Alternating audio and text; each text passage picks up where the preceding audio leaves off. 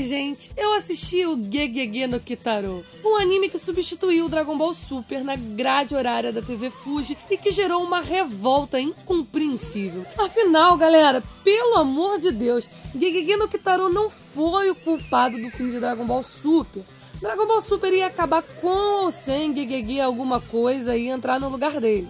Então você tem até o direito de não gostar de Kitaro, não gostar do que assistiu ou do gênero, mas ficar dando hate gratuito no anime por isso não tem nada a ver, né? E muita gente vem fazendo isso desde que o desenho foi anunciado. A galera é muito sem noção. Enfim, gente, Gegege no Kitaro é muito mais antigo do que você pensa. Acredite se quiser, muito mais até que Dragon Ball. Foi uma série criada nos anos 60 por Shigeru Mizuki e bastante conhecido no Japão por conta da popularização das criaturas folclóricas chamadas de yokai, que são espíritos ou monstros, às vezes traduzidos aí erroneamente, como demônios, que aliás é como traduzem a maioria dos termos japoneses referentes a criaturas sobrenaturais. Mas ao menos a Crunchyroll manteve como yokai mesmo, que é o termo mais genérico que acaba abarcando aí vários outros tipos de criaturas. Outras histórias famosas também falam aí de yokais, como Inuyasha, Yu Yu Hakusho, Natsume e por aí vai. A história, gente, se trata do jovem Kitaro,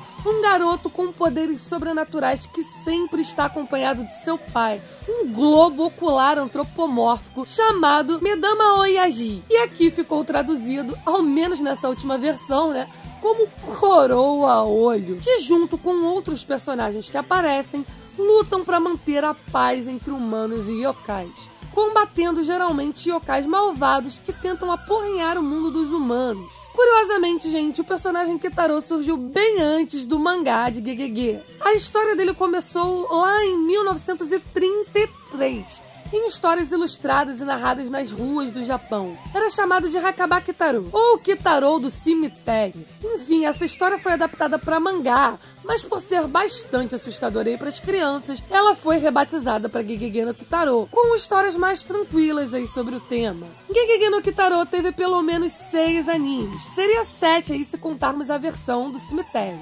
Enfim, todos eles foram lançados basicamente como uma série nova em cada década, desde os anos 60 até os 2000. E se a gente contar o anime de 2008, do Kitaro do Cemitério, ou seja, do Hakaba Kitaro, temos aí pelo menos 450 episódios dessa franquia. Então quem pensava que Kitaro é um anime que surgiu do nada, errou feio. Mas e o anime de 2018? Eu preciso ter assistido 450 episódios anteriores para saber sobre essa história? Não. Não, gente, tecnicamente essa história é a mesma já contada em pelo menos outras versões do anime e também no mangá.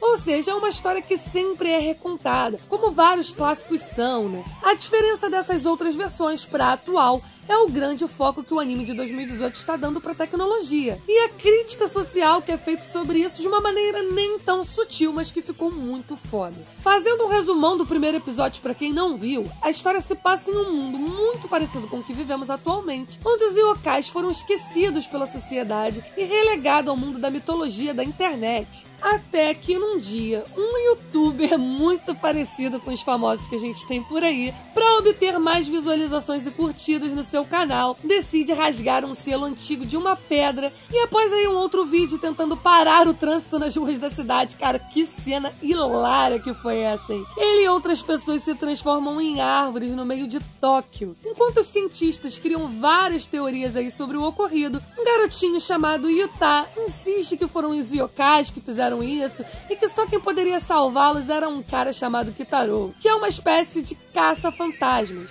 Apesar do garotinho aí ser ridicularizado e ter sido desacreditado por seus colegas por conta da historinha, uma amiga dele, chamada Maná, finge acreditar na história e escreve uma carta pro tal Kitaro pedindo ajuda.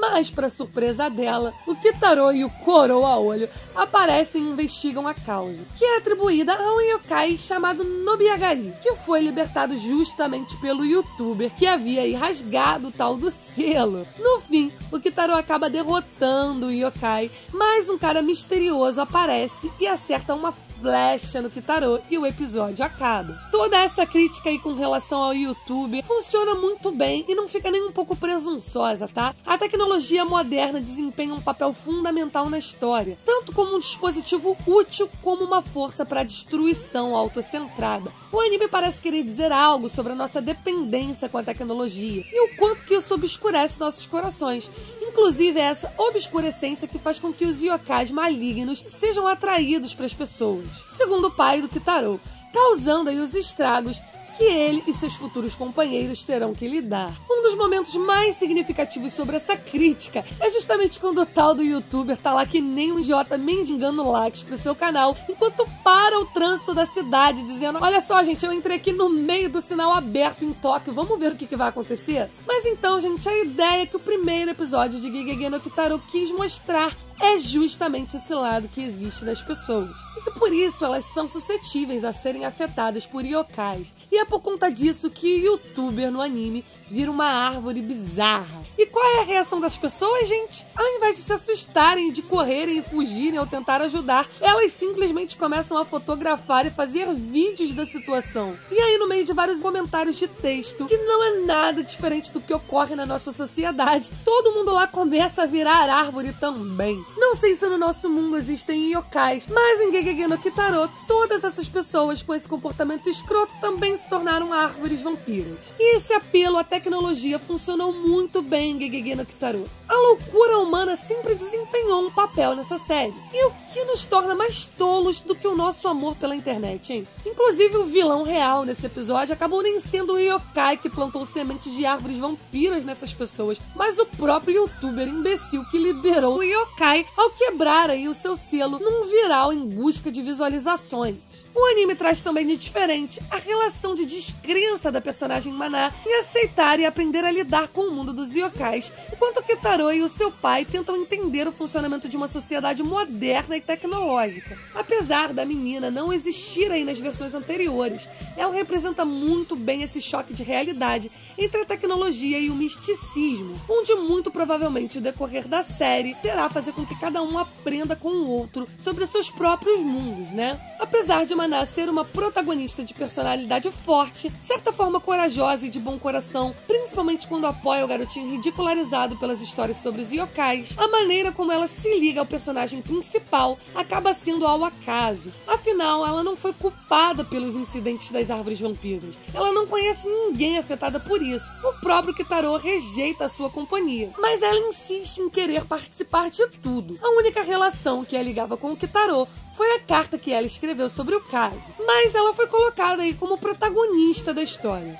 De qualquer forma, não é uma personagem desinteressante e inclusive ela acaba ajudando sem querer o Kitaro contra o yokai. Fora que ela, por começar a acreditar em yokais, começou a vê-los. Enfim, gente, eu curti bastante o anime. Tem aquela pegada creepy num universo meio infantil, que é uma mistura que eu sempre curti bastante. Então, gente, não esperem um anime violento e sanguinário.